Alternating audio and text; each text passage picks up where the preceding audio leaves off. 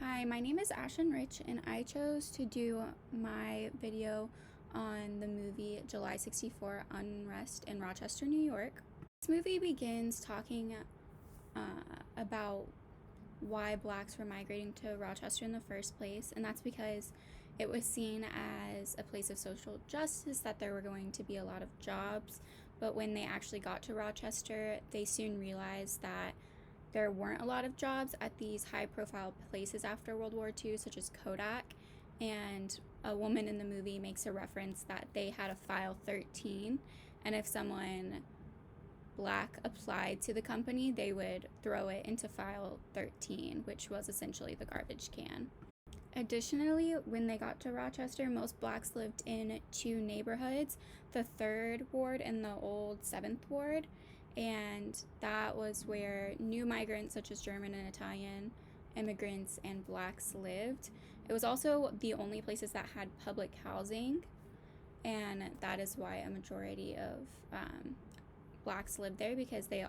also couldn't find those high profile jobs like I mentioned earlier, and said they were working very menial, hard labor jobs, but it was enough money to put food on the table. Rochester was also one of the last cities to implement public housing, and this is because Rochester had a very affluent and prosperous history, and the people who had been living there a really long time didn't want to admit that they needed public housing, or that there were poor, more marginalized people living there. So at the beginning of the year, we learned about 5 common themes in the social welfare policies, and that was what causes poverty in the United States, who should help the poor, what are the best ways to assist the poor, should we serve people or control them, and who's the expert and policy decider. And I think this video, it was really easy for me to connect things that were happening in this video to these 5 themes. First, what causes poverty in the United States? I kind of took this as what was causing poverty in the 3rd and 7th Ward in Rochester, and that was the lack of job opportunities for African Americans. Such as I said before, they couldn't apply at these more high profile businesses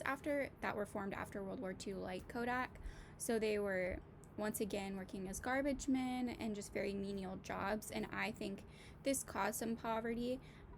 In the video, it mentioned that a lot of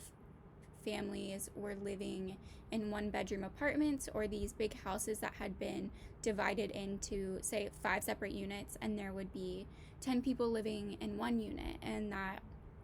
just shows how poverty stricken they were, I guess I would say. It shows that they didn't have a lot of money, and also the fact is that it mentioned that one man and his fiance were trying to move to Rochester, and I believe he was a lawyer, but people outside of the 3rd and 7th Ward just wouldn't rent to African Americans at all, so they were kind of confined to these 2 places. In the video, it never really mentioned who was helping the poor people in Rochester. I think the only real way it explained it was through public housing and how it became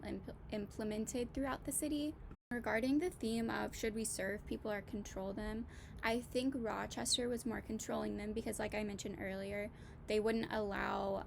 blacks to rent in certain areas of Rochester. It was very hard, and I think that was a way of controlling and confining people to those certain wards, as well as they were controlled in the sense that they couldn't get jobs at certain places, and just through police brutality and everything that was mentioned in the video. And lastly, for who is the expert and policy decider, I think